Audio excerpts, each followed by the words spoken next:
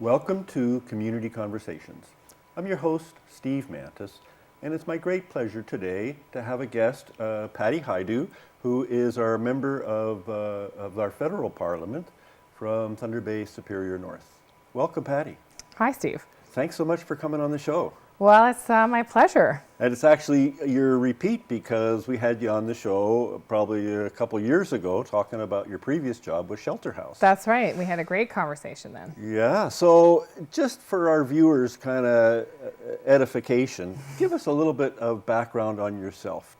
Are you a Thunder Bay girl? Did you grow up here? Where'd you come from? Oh, well, for all intents and purposes, I grew up here. I came when I was 12, actually, and I was born in Montreal and then spent about 8 years in Minnesota with my aunt and uncle. And when I was 12, I returned to my mom's care, and she was living here in Thunder Bay, driving a school bus, and I came to live with my mom. So I've been here and around Thunder Bay since I was 12, and had a brief hiatus in my 20s, late teens, early 20s in Toronto, which I think is a great experience for young people to get out of Thunder Bay. And you're saying that my grandson's talking about heading to Toronto next year. I'm kind of going, no! You know what? It seems really scary. My son's there now. He's been there for nearly 4 years. But it really broadened my perspective and allowed me, to experience other things. I mean, in the 80s when I left, it was the early 80s, and Thunder Bay was not that diverse, and we had, even in terms of cuisine, if you think about that, I mean, we had Chinese food and Finnish food and hamburgers, and that was it. And I remember getting to Toronto and just being blown away by all these different cultures and different languages and different experiences, and it was a very valuable experience for me. Mm-hmm. So were you going to school in Toronto at that time? I was, and I actually dropped out of school my first time and came back to Thunder Bay after about 5 years. The first 3 years were a lot of fun. The last 2 years were a bit of a grind, and living in essentially poverty. I had a low-income customer service job, and it just got to be just too much of a grind, and so I decided to come back home and regroup and sort of reassess what I wanted to do and how I wanted to get there. And so I stayed with my mom for a few months, and then I went off on my own again and rented some places and did a bunch of different jobs here in Thunder Bay. Worked for a car dealership as a service advisor, and returned to school actually as a part-time student at Lakehead University, and then over the process of several years got my BA, and that was the beginning of my sort of academic re-engagement, which was pivotal actually in terms of moving forward in my own life and my own career and doing the things I wanted to do.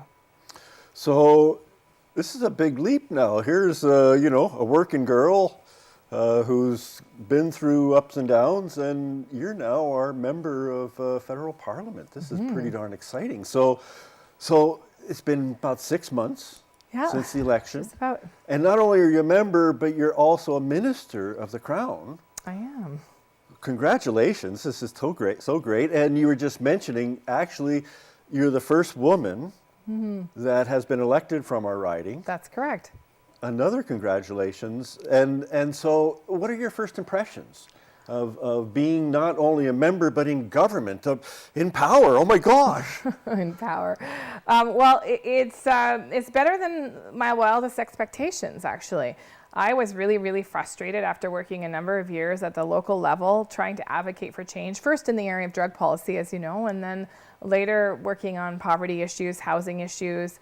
And I felt really, really frustrated. And I felt that we had a federal government that was not compassionate towards people that were the most vulnerable. I felt that many of their ideological perspectives on things like drug policy or investment in, for example, rehabilitation for people that had been engaged with the federal, prison system. Those kinds of things were costing us as Canadians incredible amounts fiscally, but also costing us socially. And so I was angry and frustrated, and I decided that I would run. And I thought, what about if I tried to change the system from within rather than advocating from outside, shaking my fist at the government for so many years. And, lo and behold, we won, and I was an MP. And 2 weeks later, I was contacted by the transition team and told that I was being considered for a position in cabinet. And I was in shock, actually. I didn't even know what that meant necessarily.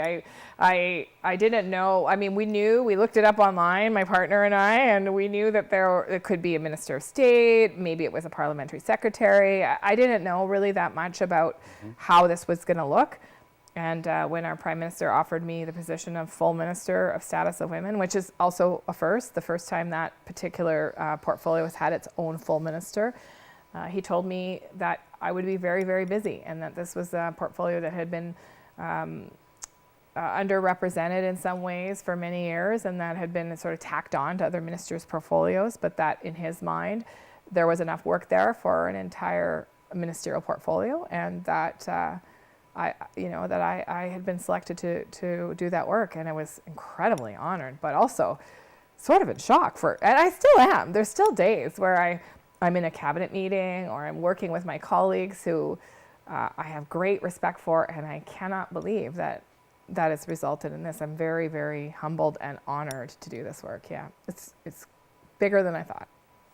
Well, just from being a interested political observer as well, I'm hoping that you can hang on to the feelings you're having now, because the more I've seen our leaders fall into the norm that happens in government, where everyone is yes minister, you start losing perspective, and you start thinking a little bit differently than you do as just a down-to-earth regular person that that's new to this. Well, one of the ways I celebrate your present position, and well, I think one of the ways, I mean, there's a number of things. One of the things is we have a prime minister who is insisting that we work through this whole of government approach, which really means that he relies on us to work in partnership with other MPs, yes, of course, even across the floor, and we have supported good ideas, regardless of which party they come from.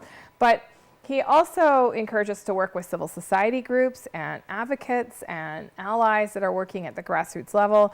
And he's very sincere about that. I mean, from the very beginning, we've been able to speak our truth and to be able to, represent our portfolios nationally, to speak our understanding of some of those systemic problems in a very honest way. And the other thing I think that will help us stay grounded, and me in particular, is I'm pretty insistent about coming home as often as possible. So I try to get home every weekend, and I live a very normal life. I drive a little Versa.